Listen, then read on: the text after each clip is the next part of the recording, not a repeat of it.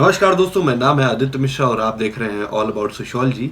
आज हम बातचीत करेंगे प्रोफेसर सुकान चौधरी सर से, जिनकी शिक्षा दीक्षा दिल्ली स्कूल ऑफ इकोनॉमिक्स में हुई और सर ने दोनों विषयों में पढ़ाई करी है। दोनों विषयों में काफ़ी ज़्यादा ज्ञान प्राप्त किया है, सोशियोलॉजी और सोशल एंथ्रोपोलॉजी में। सर वर्तमान समय में ईस्टर्न एंथ्रोपोलॉजिस्ट के चीफ एडिटर हैं, जो कि पिछले 30 वर्षों से सर उसके साथ जुड़े हुए हैं। सर ने कई और सारे विषयों में भी अध्ययन प्राप्त किया है और वर्तमान समय में सर चीफ एडिटर हैं international journal of sociology of leisure, जो कि लंदन से प्रकाशित होता है। सर उसके मैनेजिंग एडिटर हैं। सबसे पुराने रिसर्च जर्नल जो कि हिंदी में प्रकाशित होता है, मानव के सर मैनेजिंग एडिटर हैं। 10 पुस्तकों से भी ज़्यादा सर ने प्रकाशित करी हैं। 100 से ज़्यादा सर के रिसर्च पेपर्स पब्लिश्ड हैं और सर कई सारे एकेडमिक संगठन के प्रेसिडेंट, मैनेजिंग मेंबर और चीफ सेक्रेटरी आदि रह चुके हैं। हम सर से बातचीत करेंगे विभिन्न विषयों पर। और सर का स्पेशलाइजेशन की अगर हम बातचीत करें तो है सर का स्पेशलाइजेशन कंपैरेटिव सोशियोलॉजी में, इंडियन सोशियोलॉजी में, सोशियोलॉजी ऑफ लेजर में और सोशियोलॉजी ऑफ एनवायरनमेंट में। तो हम विभिन्न मुद्दों पर सर से बातचीत करने की कोशिश करेंगे, जानेंगे उनके विचार क्या हैं। सर बहुत बहुत धन्यवाद आपका हमारे साथ जुड़ने के लिए। और सर पहला क्वेश्चन मेरा ये है कि सर आपके प्रेरणा स्रोत कौन रहे इस पूरी जर्नी में? कैसे आप उनसे प्रभावित होकर यहाँ तक पहुँचे? Thank you Aditya. इसमें प्रेरणा स्रोत तो सबके रहते हैं। पेरेंट्स और बुजुर्ग जो रिश्तेदार है, उससे ज़्यादा इम्पोर्टेंट है जो आपका अपब्रिंगिंग किस एजुकेशनल सोशलाइजेशन पे हुआ है। तो मुझे लगता है कि मैं लकी हूँ कि सिर्फ 10 क्लास पढ़ा। मैं उड़ीसा से हूँ, देन दिल्ली में पढ़ाई की, लखनऊ में नौकरी कर रहा हूँ। तो जब उड़ीसा में थे, स्कूल का 10 क्लास पढ़े हैं, सीधा सेकंड में ज्वाइन किए और 11th पास किए हैं। और पिताजी क्योंकि गवर्नमेंट ऑफिसर थे तो बार बार ट्रांसफ़र होता रहा, जैसे आप जानते हैं। मेरे पापा के साथ यही होता है, ट्रांसफ़र होता रहा। तो मैं 10 क्लास स्कूल का पढ़ा हूँ, 9 स्कूल में पढ़ा हूँ। तो इसका मतलब कोई सिंगल स्कूल में पढ़ा नहीं। आजकल के बच्चे सिंगल स्कूल में बढ़िया कॉन्वेंट में पढ़ते हैं। उड़िया मीडियम से पास किया। उस ज़माने में इंग्लिश के पेपर बहुत स्ट्रांग होते थे। My father used to take interest कि आप इंग्लिश करो, तो इंग्लिश भी सीख गए अच्छी तरीके से। हिंदी भी पढ़ाया जा रहा था, क्लास 10 तक हिंदी की है।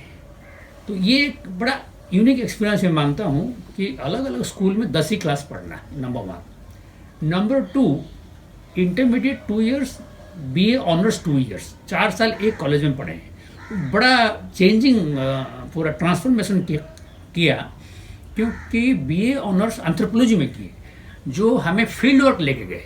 उस ज़माने में बहुत यंग थे, बहुत जल्दी पढ़े थे। मेरे ख्याल से हम फील्ड वर्क गए हैं एट द एज ऑफ 18 साल हुआ था, तो फील्ड वर्क गए हैं। A bunch of students, about 10 boys and girls and 2 teachers, 1 lab attendant and 1 cook. तो 15 दिन का फील्ड वर्क बड़ा ग्रेट रहा। वो एक्सपीरियंस जो एक कॉमन द ट्राइब को अंडरस्टैंड करने का, समझने का रहा, उसी को कहते हैं आप हालो हाई करेंगे और शेड्यूल फिलअप करेंगे तो वो झूठ बोल सकता है, झूठ बोलता ही है। और आप भी झूठ लिख देता है रिसर्च स्कॉलर, उसी को एनालिसिस करने की कोशिश करता है। ज़्यादातर हाँ ना में जवाब आते हैं, ऐसा नहीं चलता है।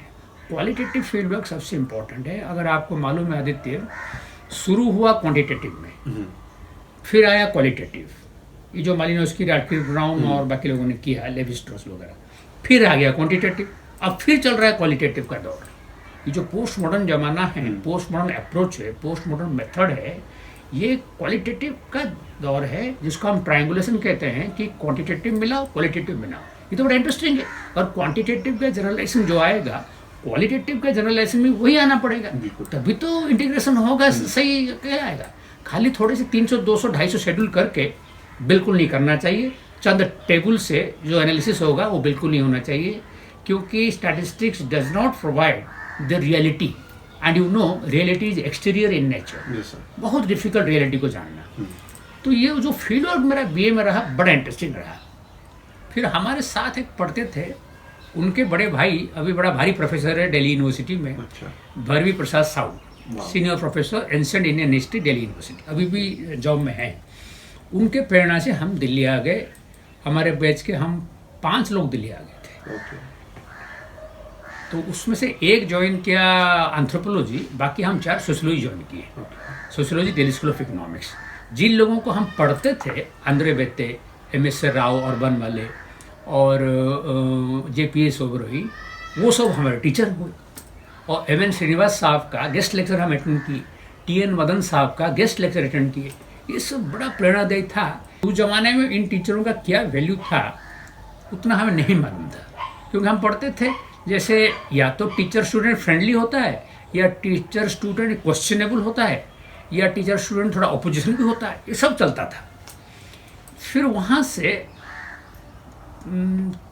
प्रेरित होके सामाजिक मानव शास्त्र यानी सोशल एंथ्रोपोलॉजी में MPhil किया। PhD कर रहा था, 2 नौकरियां मिल गया। एक EPSC के through class 1 officer in information and broadcasting ministry, वो मिला मुझे सितंबर में। फिर नवंबर में इंटरव्यू हुआ, दिसंबर में ये लखनऊ यूनिवर्सिटी में लेक्चरशिप मिल गया।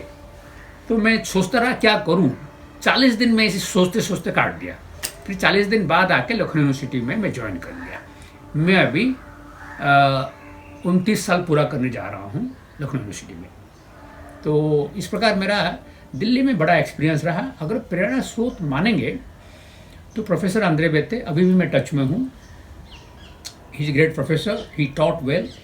प्रोफेसर लोग जो है टीचिंग, रिसर्च और दोनों को मैंने, कुछ लोग रिसर्च अच्छा करते हैं, कुछ लोग अच्छा लिखते हैं, कुछ लोग अच्छा पढ़ाते हैं। तीनों का कॉम्बिनेशन जहाँ होगा वो सोने पे सुहागा है। तीनों का कॉम्बिनेशन प्रोफेसर अंद्रे बेत्ते हैं, तीनों का कॉम्बिनेशन प्रोफेसर TN मदन है, तीनों का कॉम्बिनेशन वेरी सैड टू से, बहुत दुख लग रहा है, प्रोफेसर विनय श्रीवास्तव का है। प्रोफेसर विनय श्रीवास्तव सोशल एंथ्रोपोलॉजी के है। अभी 23 दिसंबर को कोविड से निमोनिया हुआ, निमोनिया के बाद उनका हार्ट फेल हो गया और ये डिमाइज हो गया सडनली। बहुत दुखी है हम लोग, बहुत बड़ा क्षति है, बहुत दुखी है हम लोग। बाकी professor Andure बेत्ते, professor TN Madan और मेरा मित्र है professor Sumendra Mohan Patnaik, Delhi university anthropology के प्रोफेसर है। हम लोगों का एक ग्रुप था जब हम रिसर्च करते थे। प्रोफेसर उसमें SM पटनायक, सुमेंद्र मोहन पटनायक और Nilika Mehrotra, Nita Mathur and myself. हम 4 लोगों का एक ग्रुप था। हम चारों अभी प्रोफेसर हैं, सीनियर लेवल पहुंच चुके हैं। नीलिका मेहरोत्रा JNU में है, नीता माथुर IGNOU दिल्ली में है, सुमेंद्र मोहन पटनायक दिल्ली यूनिवर्सिटी के प्रोफेसर है। अभी जस्ट 3 साल का वाइस चांसलरशिप करके आए हैं उत्कल यूनिवर्सिटी से। तो ये इस टाइप का अगर माहौल होगा तो ऑब्वियसली आपको एकेडमिक्स में परफेक्शन लाने की कोशिश करनी होगी, वो कंपलसरी है। तो आप समझ रहे हैं, नहीं तो रिलेटिव डिप्रीवेशन थ्योरी लग जाएगा, फिर जेलसी हो जाएगा। ये सब प्रॉब्लम हम लोगों में नहीं। मैं शुरू से बड़ा परफेक्शनिस्ट रहा और डिसिप्लिन ओरिएंटेड रहा। मेरा यही रेपुटेशन यहाँ पर भी है। जो लोग पसंद करते हैं, जो लोग फ्लेक्सिबल मेरे साथ है वो फ्लेक्सिबल है, उन्हें डरते हैं। लेकिन जो लोग फ्लेक्सिबल नहीं हैं, थोड़ा घपला करना चाहता है, थोड़ा चीटिंग करना चाहता है, कम पढ़ना चाहते हैं, वो लोग जो डरते हैं। यही दुनिया है, ये बड़ी बात नहीं है।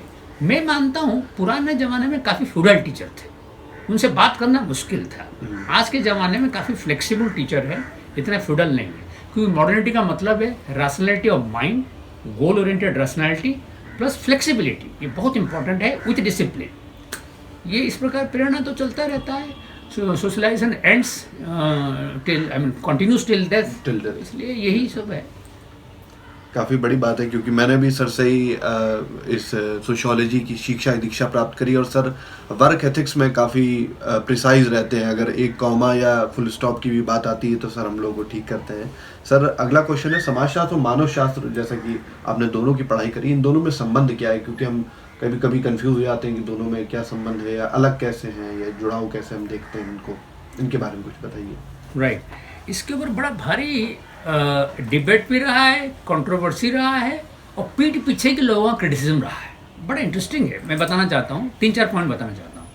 पहले बात, रिसर्च लेवल पे दोनों में कोई डिफरेंस नहीं। दूसरी बात, एंथ्रोपोलॉजी में 3 ब्रांच है। एक है pre historic archaeology, physical anthropology, social anthropology. Social anthropology Britain वाले कहते हैं, कल्चरल एंथ्रोपोलॉजी अमेरिका वाले कहते हैं। बात एक ही है। तो वैसे रिसर्च लेवल पे यहाँ भी ह्यूमन स्टडीज होते हैं, वहाँ भी ह्यूमन स्टडीज होते हैं। एनवायरनमेंट यहाँ भी होते हैं, वहाँ भी एनवायरनमेंट होते हैं। उस जमाने में ट्राइबल डेवलपमेंट इसमें भी होते थे, उसमें ट्राइबल डेवलपमेंट होता है, रूरल डेवलपमेंट, अर्बन भी है, अर्बन एंथ्रोपोलॉजी है, अर्बन सोशियोलॉजी है, इंडस्ट्रियल एंथ्रोपोलॉजी है, इंडस्ट्रियल सोशियोलॉजी है। What is the point? Point is suddenly किसी को पूछोगे, हाँ बेटा बताओ जरा सोशियोलॉजी और एंथ्रोपोलॉजी में क्या डिफरेंस है, तो वो बोलेगा एंथ्रोपोलॉजी वाले ट्राइबल स्टडी करते हैं, नो। सोशियोलॉजी वाले क्या करते हैं? अर्बन स्टडी करते हैं, इवन नो। इन एनसीईआरटीज में भी यही हम पढ़ते हाँ, हैं। ऐसा नहीं है। ये जो टेक्स्ट बुक में कुछ ऑथर्स ने लिखा है, देखिए टेक्स्ट बुक इंडिया में अच्छे स्टैंडर्ड के नहीं है, ये आपको मानना पड़ेगा। बिल्कुल। इसके बावजूद एनसीईआरटी वगैरह से वो तो गवर्नमेंट स्पॉन्सर्ड है, स्टेट स्पॉन्सर्ड है। उन स्टेट स्पॉन्सर्ड टेक्स्ट बुक्स वगैरह को किसने रिव्यू किया है, किसने एवेल्युएट किया है? टाइम पे रिव्यू होना चाहिए, इवैल्यूएशन भी होना चाहिए। मैं मानता हूँ कि बड़े भारी प्रोफेसरों का एक जो ग्रुप है उसी को करते हैं, लेकिन कभी कोई मिस्टेक हो जाता है। अब मैं बताता हूँ क्या है। प्रायोरिटी में डिफरेंस है। क्या प्रायोरिटी है? प्राथमिकता में डिफरेंस है। प्राथमिकता का अर्थ है कि समाजशास्त्र और मैक्रो सोसाइटी, बृहद समाज का अध्ययन करता है ज़्यादातर या अध्ययन को महत्व देता है। इसका मतलब ये नहीं कि वो छोटा समाज नहीं करता है, वो माइक्रो सोसाइटी भी करता है। सोशियोलॉजी वाले ट्राइब भी करते हैं, मैं खुद ही ट्राइब करता हूँ। कितने लोग ट्राइब पे स्टडी किए हैं सोशियोलॉजी वाले? सोशियोलॉजी ऑफ ट्राइब्स भी है, पढ़ाया जाता है। तो इस प्रकार क्लियर कट डिफरेंस नहीं है। एंथ्रोपोलॉजी ज़्यादातर माइक्रो सोसाइटी करता है, लेकिन इसका मतलब नहीं है मैक्रो सोसाइटी करने में, बड़ा समाज करने में कोई परहेज नहीं। ए बी, सोशियोलॉजिस्ट ज़्यादातर सर्वेक्षण पद्धति को अपनाते हैं। वो survey in the field, it is not field work. लेकिन इसका मतलब ये नहीं कि वो फील्ड वर्क नहीं करते हैं, कुछ लोग फील्ड वर्क भी करते हैं। प्रायोरिटी क्या है? सर्वेक्षण पद्धति। और एंथ्रोपोलॉजी से क्या है प्रायोरिटी? फील्ड वर्क पद्धति। सर्वेक्षण फील्ड वर्क में क्या डिफरेंस है? सर्वेक्षण छोटा कम अवधि का है, फील्ड वर्क कम से कम 1 साल का होना चाहिए। इंटरमिटेंटली, कोई रहने के लिए नहीं कह रहा है, बारी बारी में जाओ आओ, लेकिन रहो फील्ड में। उसी गांव में मकान किराए पे लेके, जैसे श्रीनिवास ने रामपुरा में रहे थे। एक नाथा नाम का उनका था, नाथा या हाँ, आई एम जस्ट फॉरगेटिंग। एक हेल्पर रखिए जो कुक भी करेगा, बर्तन साफ करेगा, या बर्तन साफ करने कोई और रखिए, एक टेबल रखिए, एक चेयर रखिए, लिखिए, डायरी लिखना चाहिए। Field work is different, field work is special. हम लोग लर्न किए हैं फील्ड वर्क। मैं खुद ही 1.5 साल कौंद में रहा इंटरमिटेंटली, आता था दिल्ली फिर जाता था, फिर आता था दिल्ली फिर जाता था, लाइक दिस। तो फील्ड वर्क बड़ा इंटरेस्टिंग है। फील्ड वर्क अगर थ्योरी मालूम है, मेथड्स मालूम है और वोकाबुलरी मालूम है, शब्दावली मालूम होना जरूरी है। इधर उधर के शब्दावली ला के सोशियोलॉजी नहीं हो सकता है। सोशियोलॉजी का अपना शब्दावली होना चाहिए। ये जो इंटर डिसिप्लिनरी के बहाने सोशियोलॉजी का अस्तित्व खो जाता है, ऐसा हो ही नहीं सकता। अरे भाई, आप पहले अपना सब्जेक्ट तो ठीक करें, तब जाके इंटर डिसिप्लिनरी करें, या कोई हायर रैंक का गुण अचीव करे, कुछ रिसर्च हासिल करे, कुछ याद रखे, फोटो मेमोरी रखे, तब जाके कुछ इंटर डिसिप्लिनरी चलेगा। पहले अपना सब्जेक्ट का आइडेंटिटी होना चाहिए। तो यहाँ पे फिर going back to sociology anthropology, ये प्रायोरिटी में डिफरेंस है कि इसमें पार्टिसिपेंट ऑब्जर्वेशन करते हैं। अरे पार्टिसिपेंट ऑब्जर्वेशन 100% कैसे होगा? क्वासी पार्टिसिपेंट ऑब्जर्वेशन, अर्ध सहभागी अवलोकन। जहाँ सब अवलोकन पॉसिबल है वहाँ अवलोकन करो, सहभागिता करो। जहाँ पॉसिबल नहीं है वो खाली अवलोकन करो। कोई 100% अवलोकन नहीं हो सकता है। तो इस प्रकार सोशियोलॉजी और सोशल एंथ्रोपोलॉजी में कुछ ना कुछ डिस्टिंक्शन खास नहीं है, सिर्फ प्रायोरिटी का अंतर है। आप देखेंगे बड़ा इंटरेस्टिंग है, प्योर सोशियोलॉजी वाला या प्योर एंथ्रोपोलॉजी वाला ज़्यादा पॉपुलर तो है, लेकिन उतना पॉपुलर नहीं है जैसे दोनों जिन लोगों ने किया। कौन दोनों जिस लोगों ने किया? श्रीनिवास, दोनों का किया है। जहीं भी आएगा श्रीनिवास का जिक्र आएगा, बेते साहब का जिक्र आएगा, मदन साहब का जिक्र आएगा, और जो विनय श्रीवास्तव जिनकी बातें कर रहे थे दोनों की, दोनों का टॉपर है वो। एंथ्रोपोलॉजी में गोल्ड मेडलिस्ट, सोशियोलॉजी में भी गोल्ड मेडलिस्ट, ML में। तो गजब का है। और इत्तेफाक से मैं भी दोनों किया हूँ। मैं उतना पॉपुलर नहीं हूँ, हो सकता है आगे चल के हो भी सकता है, यू नेवर नो। तो इसलिए दोनों करने में कुछ तो एडवांटेज है, एक सिंगल करने में एडवांटेज है। लेकिन किसी को पूछोगे क्या है ना, ये फैमिली मैरिज किनशिप, ट्राइब और ये सब है, ये एंथ्रोपोलॉजी है। अरे भाई, फैमिली मैरिज किनशिप ट्राइब कैसा एंथ्रोपोलॉजी हो गया? क्या सोशियोलॉजी में नहीं पढ़ा जाता है? क्या बिना फैमिली मैरिज किनशिप का चेंज जानते हुए सोशियोलॉजी चल देगा? आई डोंट अंडरस्टैंड, नहीं चल पाएगा सोशियोलॉजी। और वो कह रहे Marx Weber Durkheim, Merton Parsons, Pareto, Foucault, Derrida, और वो आपका क्या नाम है उसका, लियोटार्ड। क्यों ये सब उसमें नहीं पढ़ाए जाते हैं? बिल्कुल पढ़ाए जाते हैं। क्लिफोर्ड गियर्स इसमें पढ़ाए जाते हैं। हम कंपैरेटिव सोशियोलॉजी में क्लिफोर्ड गियर्स पढ़ते हैं। ऐसा कोई खास नहीं है। ये खाली एक पार्टीशन अप्रोच है। डिसिप्लिन को अलग करने का कोई मतलब नहीं है। आपको ये मालूम है जितने लोग हैं, जैसे एससी दुबे, बिना एससी दुबे का सोशोलॉजी चलेगा नहीं। एससी दुबे पॉलिटिकल साइंस में एमए है, और बताइए कैसे होगा। और ये तो अब बड़ा मुश्किल है, फॉर्मल इंटरव्यू है। लखनऊ यूनिवर्सिटी का दुर्भाग्य है, उन्होंने अप्लाई किया उनको नहीं मिला। बीएचयू अप्लाई किया उनको नहीं मिला। वो गए सागर यूनिवर्सिटी खोल दिया। सागर यूनिवर्सिटी का एंथ्रोपोलॉजी डिपार्टमेंट कितना फेमस है देखिए। और जाम्मू यूनिवर्सिटी गए वाइस चांसलर होकर, वहाँ सोशोलॉजी डिपार्टमेंट खोल दिया, कितना फेमस हो गया जाम्मू यूनिवर्सिटी का सोशोलॉजी डिपार्टमेंट देखिए। बिल्कुल। तो ये तो अलग अलग जगह अलग अलग लोगों का भाग्य है, कुछ लोगों का दुर्भाग्य है, चलता रहता है ऐसे। सो आई थिंक ये दोनों में इतना ज़्यादा डिस्टिंक्शन करना नहीं चाहिए। जैसे चले आ रहा था वैसे चलना चाहिए। पहले तो दोनों डिपार्टमेंट एक ही साथ चलते थे, अब दोनों अलग अलग है। कई जगह इन दोनों डिपार्टमेंट में कोई संबंध ही नहीं। जैसे यहाँ लखनऊ में मुझे लगता है मैं एक सूत्रधार हूँ, क्योंकि मैं ethnographic and folk culture society का से जुड़ा हुआ हूँ। पहले असिस्टेंट सेक्रेटरी रहा, अभी सेक्रेटरी 2005 से हूँ, 15 साल से सेक्रेटरी हूँ। और उसका एक जर्नल है ईस्टर्न एंथ्रोपोलॉजिस्ट, उसका मैं कोऑर्डिनेटर रहा 25 साल, अभी 5 साल से उसका एडिटर हूँ। ये डीएन मजूमदार ने 1945 में एथनोग्राफिक सोसाइटी स्थापित किया था। वो खुद ही सेक्रेटरी थे, खुद ही एडिटर थे। 47 में शुरू किया गया जर्नल। तो इस प्रकार हमारा तो जुड़ाव है उसके साथ, एंथ्रोपोलॉजी डिपार्टमेंट के साथ। एंथ्रोपोलॉजी डिपार्टमेंट का किसी का हमारा यहाँ जुड़ाव है नहीं, लगाव नहीं है। जबकि वहाँ के लोग आके हमारे यहाँ पीडीएफ होते हैं, आईसीसीआर के पीडीएफ या यूजीसी के पीडीएफ वहाँ के एंथ्रोपोलॉजी वाले आके यहाँ होते हैं, क्योंकि वहाँ शायद टीचर की कमी है, गाइड की कमी है। ये सब है। बहुत ज़्यादा डिस्टिंक्शन नहीं करना चाहिए, बहुत ज़्यादा माइंड को छोटा नहीं करना चाहिए, इतना संकीर्ण मन नहीं करना चाहिए। दोनों में काफ़ी कहते हैं अंग्रेजी में कॉग्नेट डिसिप्लिन, यानी कि भाई बहन का संबंध है। कौन भाई को बहन है हम नहीं जानते। ये कंट्रोवर्शन हम पढ़ना ही नहीं चाहते। मेन आइडिया है कुछ पढ़ो लिखो, परफेक्शन हासिल करो जितना पॉसिबल है, एक ही सब डिसिप्लिन में, एक ही ब्रांच में, 4 ही टॉपिक पे, लेकिन परफेक्टली कहना चाहिए, फिर उसमें और डाउट नहीं होना चाहिए। Something like. और ये कहा भी जाता है रेडक्लिफ ब्राउन द्वारा कि समाजशास्त्र और मानव शास्त्र आपस में जुड़वा बहनें भी हैं, तो मेरे हिसाब से भी इन दोनों को अलग करके नहीं देखना चाहिए। मैं भी बहुत कंफ्यूज हो जाता हूँ। सर अगला क्वेश्चन है हमारा कि तुलनात्मक समाजशास्त्र आप काफ़ी सालों से पढ़ा रहे हैं, काफ़ी काम भी किया आपने, क्यों पढ़ना चाहिए, रेलेवेंस क्या है इस सब्जेक्ट का, कंपैरेटिव सोशियोलॉजी?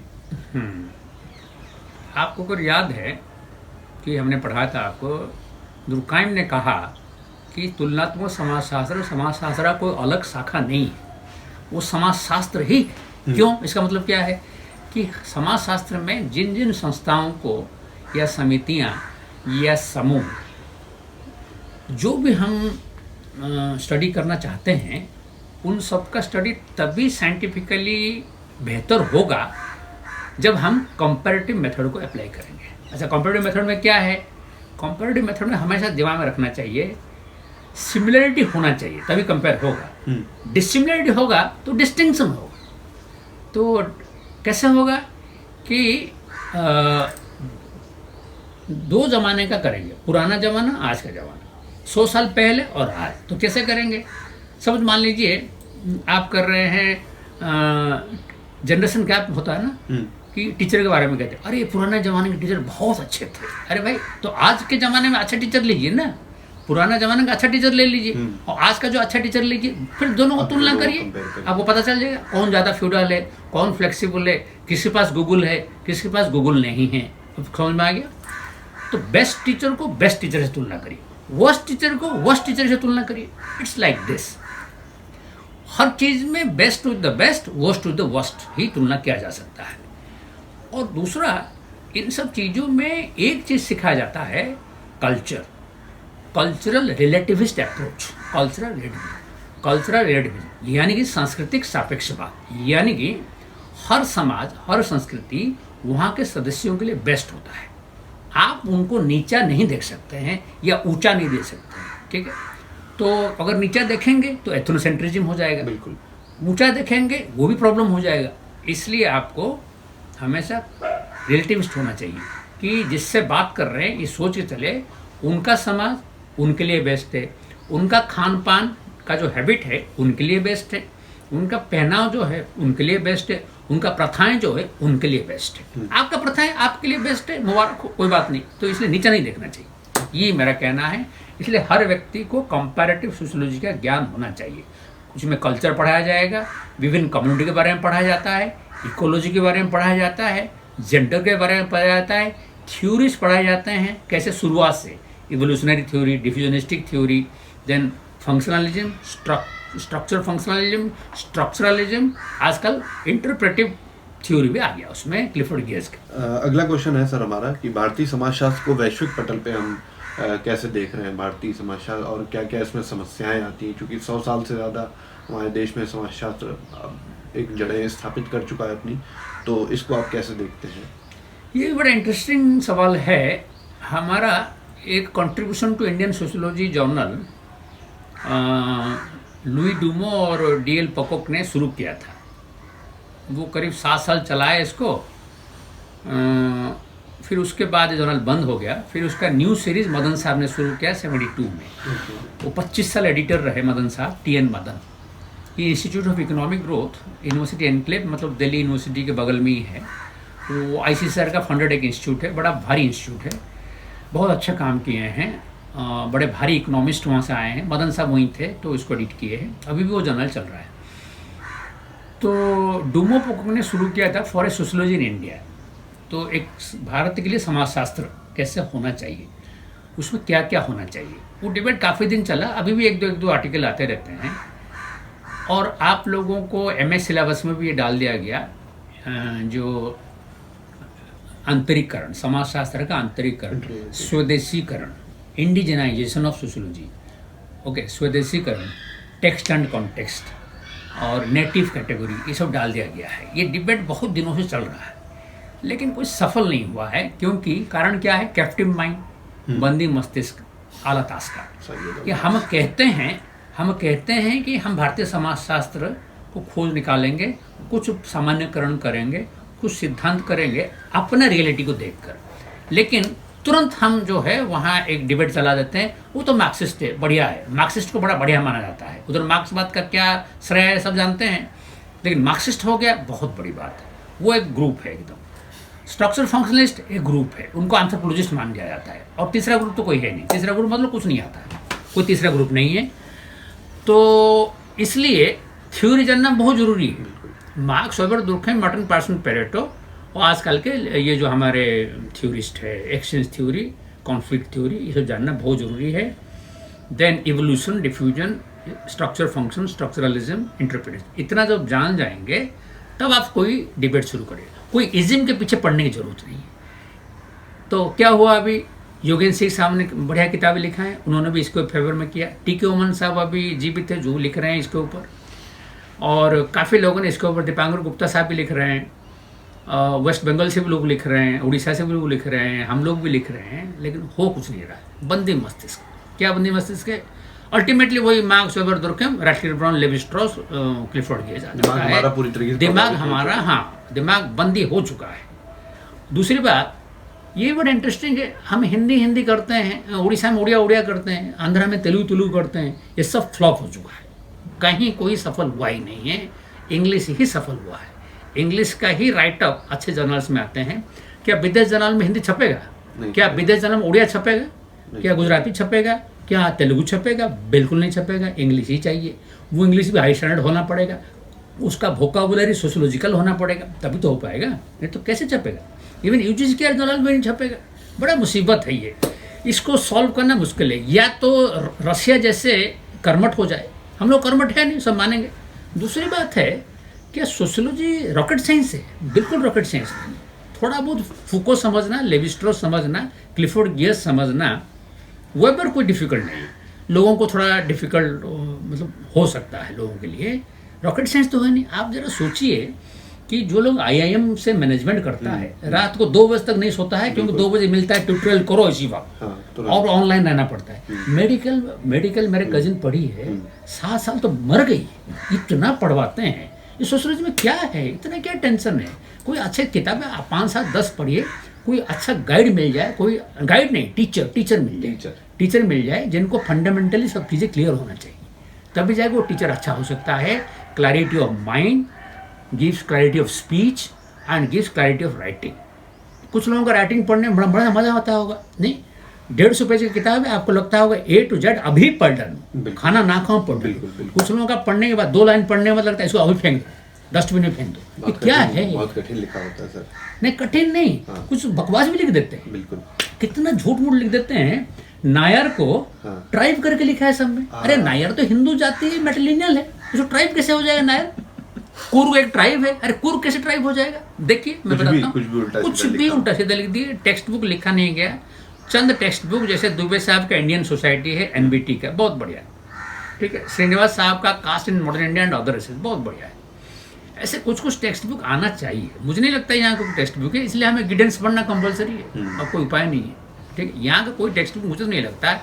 इधर हिंदी वाले बेल्ट में बड़ा राम आहूजा चलता है, कुछ है नहीं तो कुछ तो देना पड़ेगा ना, कैसे करेगा?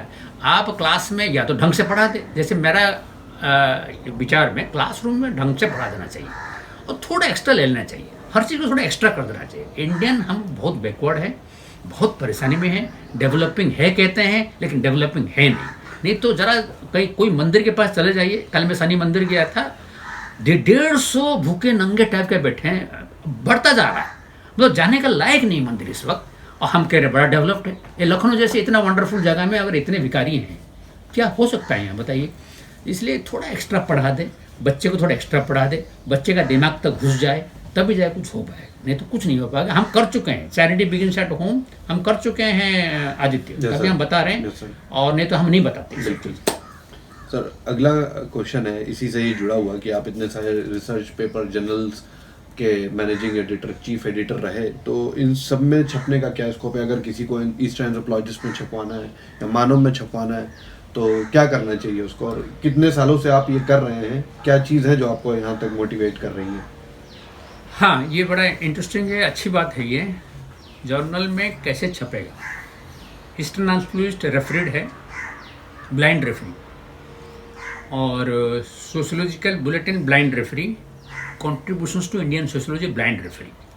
मैं समझता हूँ ये 3 वेल नोन हैं, वो तीनों UGC केयर में हैं। हमारा ईस्टर्न एंथ्रोपोलॉजिस्ट स्कोपस में भी रहा है, करीब 18 साल रहा है स्कोपस में, अब फिर दोबारा हम अप्लाई किए हैं, हो सकता आ जाए।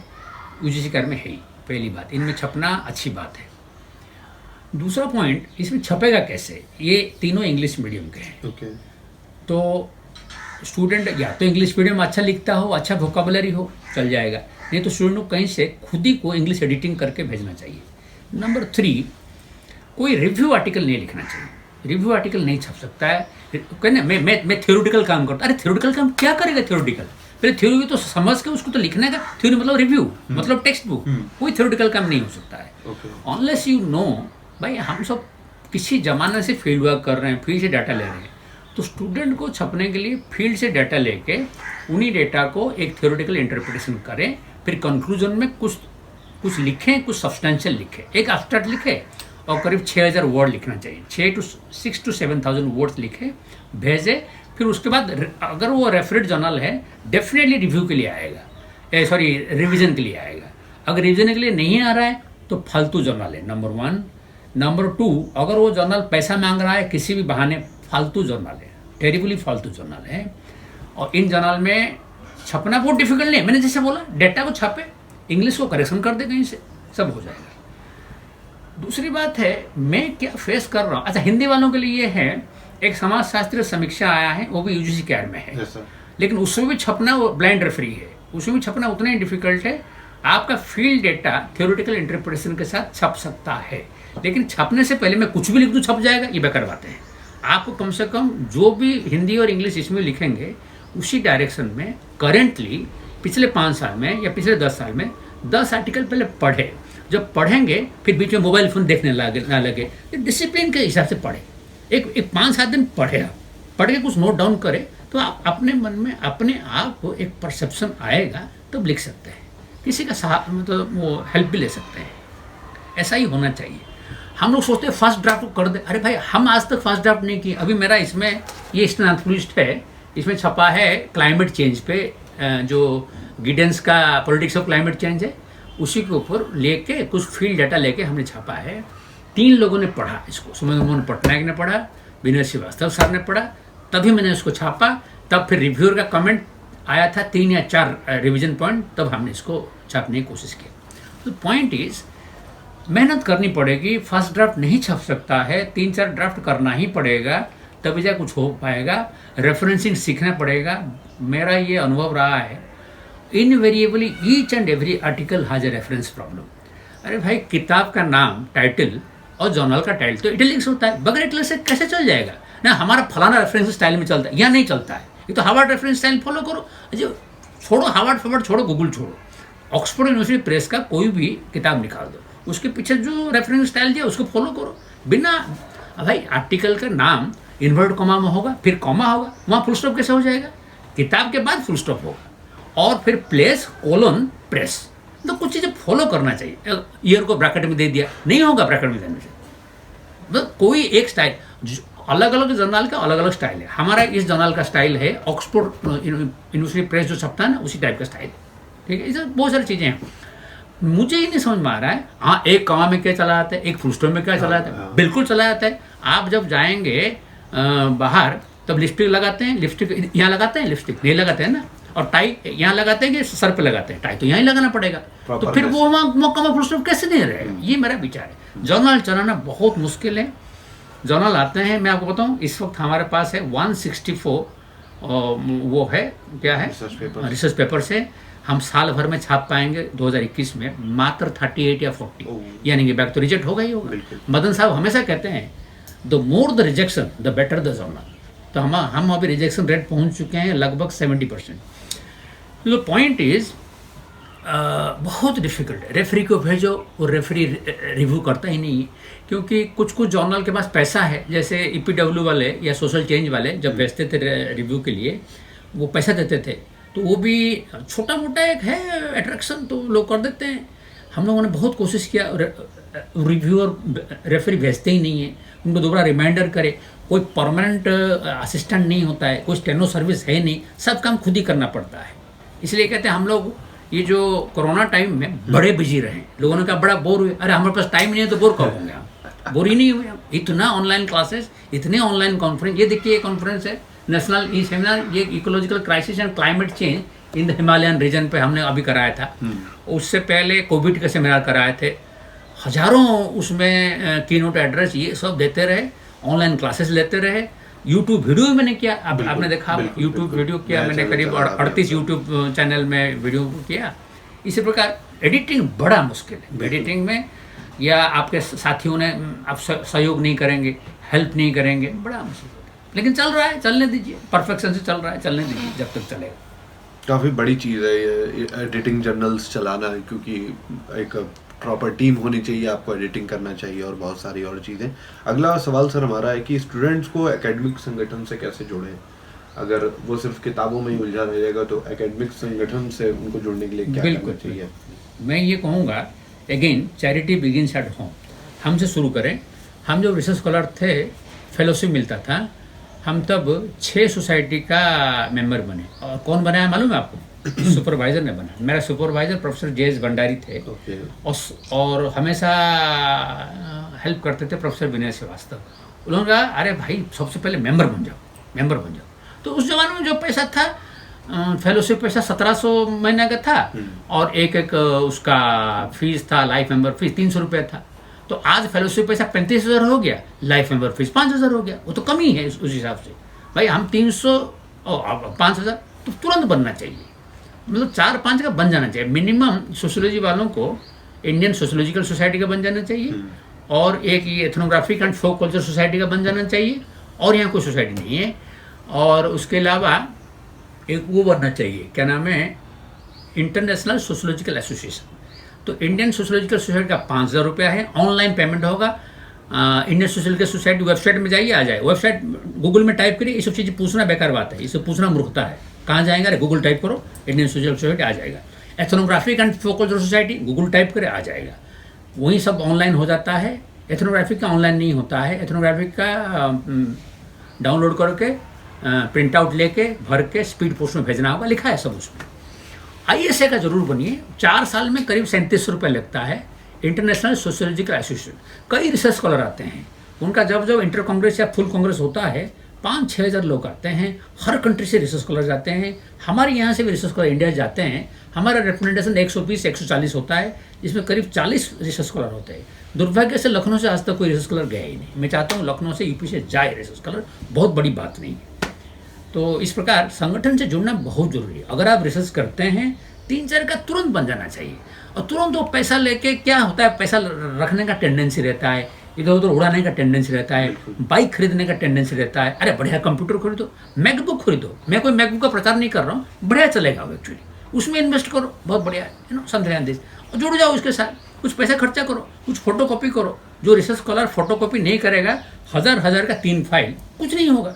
और कम से कम 10 किताब खरीदना चाहिए कि भाई मैं रिसर्च किया, मैं उसका स्पेशलाइजेशन हूँ, मेरे पास 3000 फोटो कॉपी है, स्पाइरल बाइंडिंग करो, रखना चाहिए, लाइन उसमें अंडरलाइन करो, और बिल्कुल नोट्स बनाओ, आप परफेक्ट हो जाओ उसमें, तभी जाके मजा आएगा। सर अगला हमारा क्वेश्चन था कि आइडियल टीचिंग किस तरीके से करनी चाहिए, आइडियल टीचर कैसा होना चाहिए, क्योंकि इतने सालों से पढ़ा रहे हैं और हम लोगों को लगता है कि क्या हम लोगों का एक गोल होना चाहिए, आइडियल टाइप क्या होना चाहिए, हम किस तरफ बढ़ें अगर हम लोगों को प्रोफेसर बनना है, या प्रोफेसर देखते हैं टीचिंग के मामले में, प्रोफेसर का सबसे पहला काम है टीचिंग। बढ़िया, सब बहुत बढ़िया आदित्य जी, बहुत बढ़िया।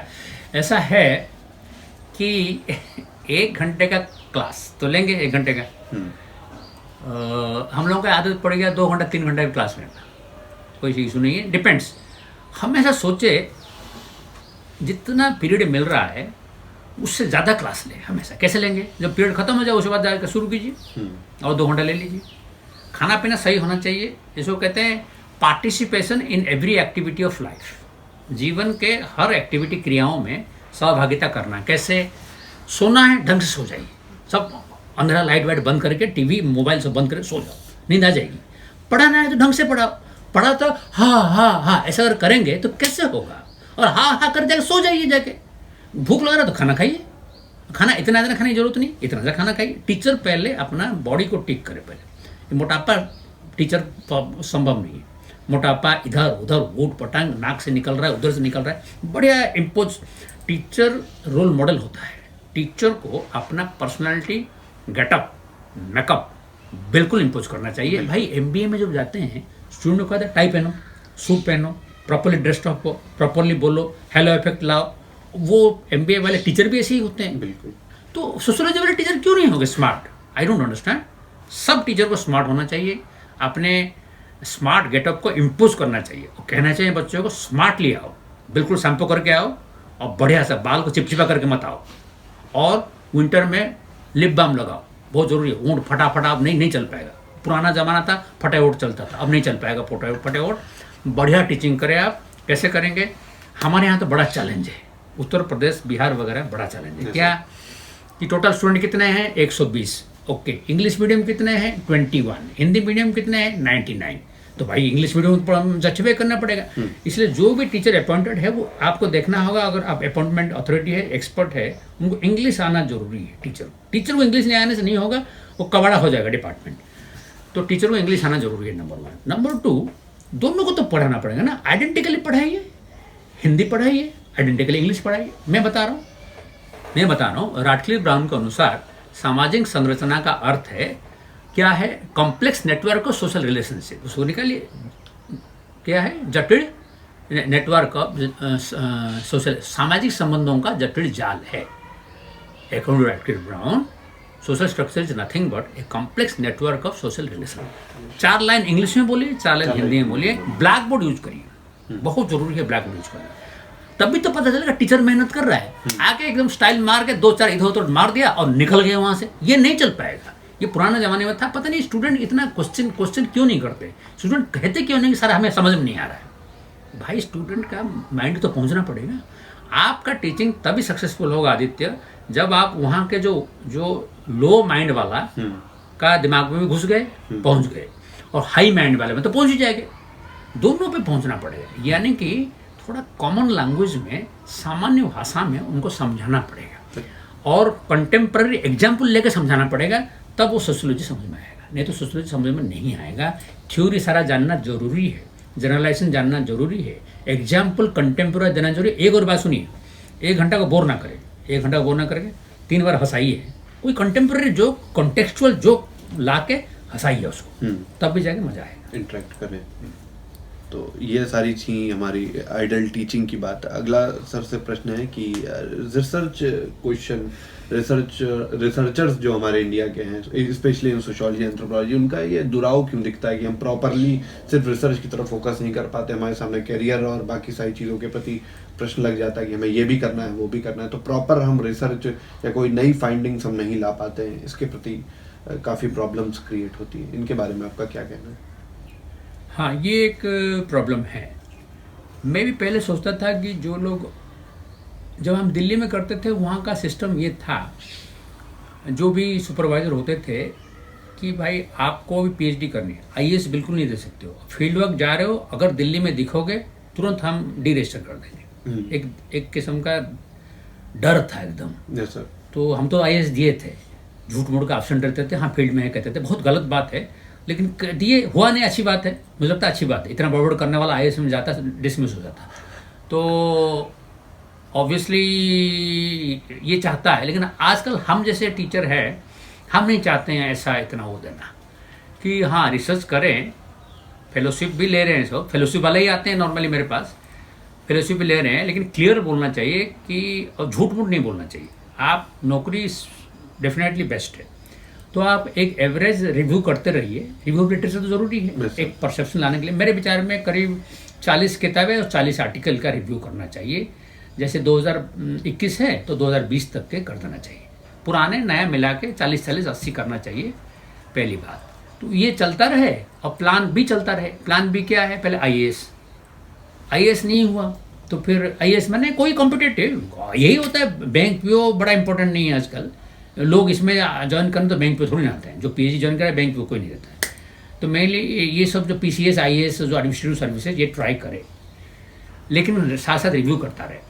ये आपका प्लान है, हो गया कॉम्पिटेटिव, हो गया तो निकल ले, नहीं हुआ प्लान बी क्या है, ये टीचिंग जॉब, हम तो इसी है ना, आईएएस ट्राई के नहीं हुआ तो प्लान बी में आ गया। बाई चांस मैं क्लास 1 ऑफिसर भी था, इंफॉर्मेशन ब्रॉडकास्टिंग वाला, वो तो ज्वाइन नहीं किया ना, तो 2 साल उतोड़ करके रखा मैंने, होल्ड पे रखा उसको, लेकिन मुझे ये पसंद आया, चलता गया, नो लुकिंग बैक।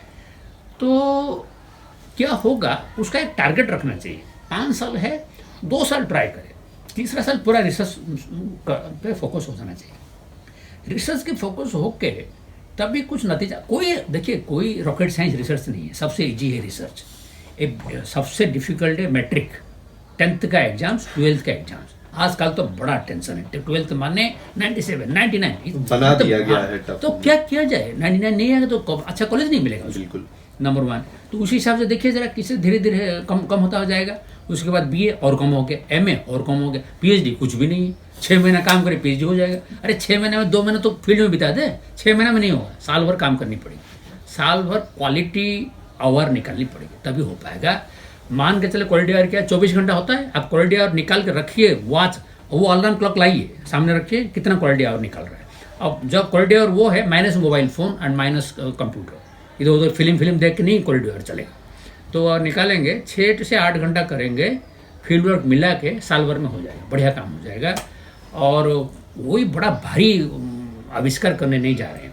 तो सर हमारा अगला प्रश्न ये है कि जो छात्रों का रिसर्च के प्रति दुराव है, या हम देखते हैं कि वो रिसर्च प्रॉपरली नहीं कर रहे हैं, उसके साथ और भी बहुत सारी चीज़ें कर रहे हैं, प्रॉपर फाइंडिंग्स नहीं हो पा रही, हम कोई कंक्लूजन प्रॉपर रिसर्चर के थ्रू जैसे विदेशों में होता है, वो वैसा नहीं हो पा रहा है भारत में रिसर्च में।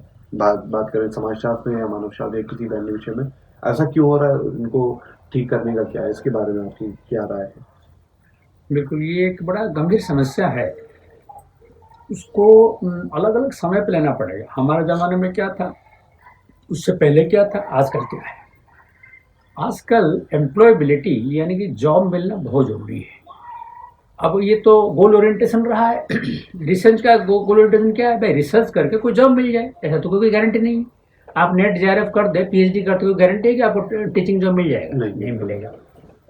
तो हमारे ज़माने में ऐसा होता था कि अगर आप पीएचडी कर रहे हैं तो आपको आईएएस नहीं देना है, आपको खाली इसी के ऊपर रखना है, तब तो बेस्ट टैलेंट आएगा। बिल्कुल। और फिर आईएएस में चला जाएगा बेस्ट टैलेंट, फिर इसमें मतलब एवरेज रह जाएगा या पुअर रह जाएगा, तो क्या फ़ायदा, वो क्या कैसे पढ़ाएगा? बड़ी सारी चीज़ें जुड़ा हुआ है। तो मेरा ये मानना है कि जैसे हमारे अंडर जो भी स्टूडेंट्स आते हैं, फेलोशिप होल्डर्स आते हैं मेनली, तो उनको ये कहना है भाई आप अगर देना चाहते हैं तो कंप्लीट ही दीजिए, लेकिन साथ साथ कुछ काम भी दिखाना पड़ेगा, रिव्यू करते रहिए। कम से कम 40 किताबें, 40 पेपर, 80 करीब लेटेस्ट 2020 तक करिए, करते रहिए, कुछ टाइम देते रहिए, कुछ टाइम उसमें दीजिए, उसके बाद वो टाइम देने की जरूरत 2 साल में हुआ तो हुआ, तीसरे साल से में लग जाएगी। टोटल रिसर्च करने के लिए परफेक्टली क्वालिटी 8 घंटा दिन में निकालेंगे तो 1 साल में हो जाएगा, फील्ड वर्क भी हो जाएगा, टेबुलेशन भी हो जाएगा, एनालिसिस भी हो जाएगा। और कोई बड़ा रॉकेट साइंस नहीं है कि मैंने पहले ही बताया कि कोई रॉकेट साइंस नहीं है सोशियोलॉजी में रिसर्च करना। सबसे ज़्यादा इजी है रिसर्च, क्योंकि बाकी आप सोचिए जरा 12th में 90% 99% लाना पड़ता है, इतना मेहनत थोड़ी 90 में करना है। बस इसलिए कुछ निकलेगा, कोई बड़ा नया चीज़ नहीं निकल जाएगा, कुछ जनरलाइजेशंस निकलेगा, कुछ सजेशंस निकलेगा, कुछ फ्यूचर स्कोप ऑफ रिसर्च निकलेगा, कुछ लिमिटेशंस भी निकलेगा। तो यही ऐसे करनी चाहिए लेकिन परफेक्शन दिमाग में रहे तब सब बढ़िया होगा।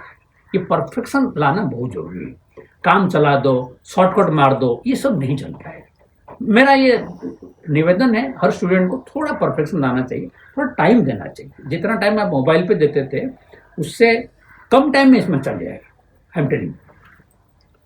तो ये तो रही हमारी रिसर्च के प्रति छात्रों का जो रुझान है उसके प्रति। सर अगला बहुत इंपॉर्टेंट क्वेश्चन है, बच्चे पूछते रहते हैं कौन सी बुक पढ़नी, कौन सी बुक अच्छी, कौन सी बुक अच्छी है। तो रिकमेंडेड बुक्स आपकी क्या हैं जो आप छात्रों को और रिसर्च स्कॉलर्स को या MA BA के जो बच्चे हैं सभी के लिए रिकमेंड बुक्स? हाँ, MA BA के बच्चे के लिए एक्चुअली, क्योंकि हम दिल्ली स्टैंडर्ड की बातें करेंगे लेकिन यहाँ की स्टैंडर्ड की बातें करनी पड़ेगी। स्टैंडर्ड का मतलब क्या है, तुरंत बच्चा आके पूछता है सर कौन सा किताब पढ़े। एक किताब नहीं चल सकता है, BA लेवल में एक किताब नहीं चल सकता है। BA एक किताब कैसे हो जाएगा? थ्योरी का अलग पढ़ो, इंडिया के लिए अलग पढ़ो, इस टाइप का होना चाहिए। और ऑप्शनल के लिए अलग पढ़ो। ऑप्शनल क्या है भाई? जेंडर स्टडीज, तो उसमें अलग पढ़ो, उसमें NBT से शुरू करो। NBT का जो किताब है जेंडर स्टडी का, पहले वो लाइए, फिर उसके बाद हायर लेवल पे थोड़ा बहुत गूगल भी देखिए।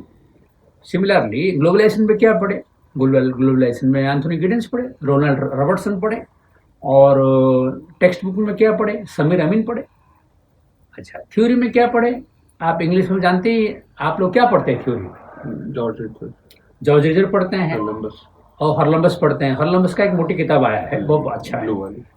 एंथोनी गिडेंस जरूर लाए एक बेसिक नॉलेज के लिए। गिडेंस साहब का जो सोशियोलॉजी वाला किताब है जरूर देखिए। और हिंदी वालों के लिए मुझे लगता है कि जो JP सिंह साहब ने लिखा है पटना यूनिवर्सिटी के, उनके सारे किताबें अच्छा है। हाल ही में उनके साथ इंटरव्यू भी हुआ है हमारा, JP सिंह साहब से हुआ है, अभी रिटायर हुए हैं, बहुत अच्छे लिखे हैं। और आपके हरिश्चंद्र श्रीवास्तव एक है जिनका थ्योरी किताब बहुत अच्छी है। फिर उसके बाद ये जो नागला साहब है, BK नागला, उन्होंने डेवलपमेंट में और इंडियन सोशियोलॉजी में लिखे, वो लीजिए। फिर उसके बाद एक शिवहाल सिंह साहब थे गोरखपुर के, जो अभी देहांत हो गया रिसेंटली उनका, उन्होंने सोशियोलॉजी ऑफ डेवलपमेंट पे हिंदी में लिखा है शायद, वो भी लीजिए। फिर उसके बाद भारतीय समाज SC दुबे साहब का।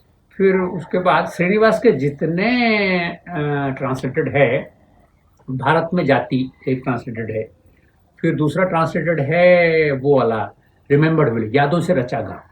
फिर दुबे साहब का भारतीय ग्राम ट्रांसलेटेड है। ये सब लाना चाहिए, कोई रॉकेट साइंस नहीं है, थोड़े से पैसे खर्चा होगा, एक 5,000 रुपये लीजिए, इतना किताब आ जाएगा सोशियोलॉजी। मेडिकल साइंस तो है नहीं, एक किताब का दाम 10,000 रुपया है ना, इसलिए लाना चाहिए। सारे लाइब्रेरी में भरे हुए हैं आजकल, तो लाइब्रेरी में PDF भरे हुए हैं, लाइब्रेरी में कोई मिलता नहीं है, थोड़ा पढ़ना चाहिए PDF वगैरह ला के।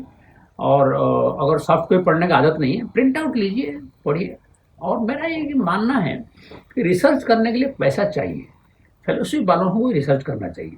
नहीं तो जो मान लीजिए इधर फेलोशिप मिल नहीं रहा है, उधर पैसा भी नहीं है, तो कैसे हो पाएगा? बिल्कुल नहीं हो पाएगा।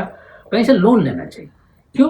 खाली मतलब मेडिकल पढ़ेंगे लोन ले लेंगे, और वो इंजीनियरिंग पढ़ेंगे लोन ले लेंगे, तो PhD करेंगे लोन क्यों नहीं लेंगे?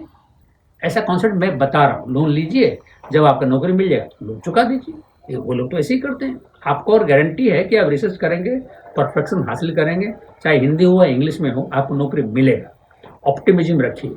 आज का ज़माना सबसे बेस्ट ज़माना है, आगे आने वाला ज़माना और बेटर होगा। पहले का ज़माना उस कॉन्टेक्स्ट में बेस्ट था। जनरेशन गैप को न्यूनतम करिए। आप जी रहे हैं, हम जी रहे हैं, तो आज का ज़माना गंदा कैसे होगा? वैल्यू लोग कह रहे गिर गया, अरे क्या वैल्यू गिर गया? पहले तो और ख़राब वैल्यू थे, आजकल ह्यूमन राइट है, एनिमल राइट है। हम हर एनिमल को रेस्पेक्ट करते हैं, हर ह्यूमन को रेस्पेक्ट करते हैं। पहले कुछ था ही नहीं है सब चीज़। सबसे मानिए ऑप्टिमिज्म बहुत इंपॉर्टेंट है।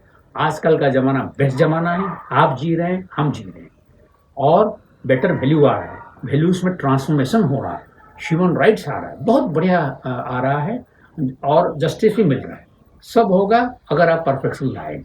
खाली राइट्स को जताना इंपॉर्टेंट नहीं है, रेस्पॉन्सिबिलिटी पहले निभाइए, 2-3 महीना रेस्पॉन्सिबिलिटी निभाइए, तब चौथे महीने में राइट्स को एस्टैब्लिश करिए, तब देखा जाएगा। ये मेरा संदेश है सबके लिए। तो यहाँ तक की तो हमारी बातें हुई सुकांत चौधरी सर के साथ, काफ़ी विभिन्न विषयों पे हम लोगों ने बातचीत करी, और आशा करते हैं सर के साथ हम और भी अन्य बातचीत आगे करते रहेंगे। जुड़े रहिए हमारे साथ। आप सबका हमारे साथ जुड़ने के लिए और यहाँ तक देखने के लिए बहुत बहुत धन्यवाद, और प्रोफेसर सुकांत चौधरी सर को भी धन्यवाद sir. Thank you Thank very you, sir. Much, Thank thank you, you, sir. All the best.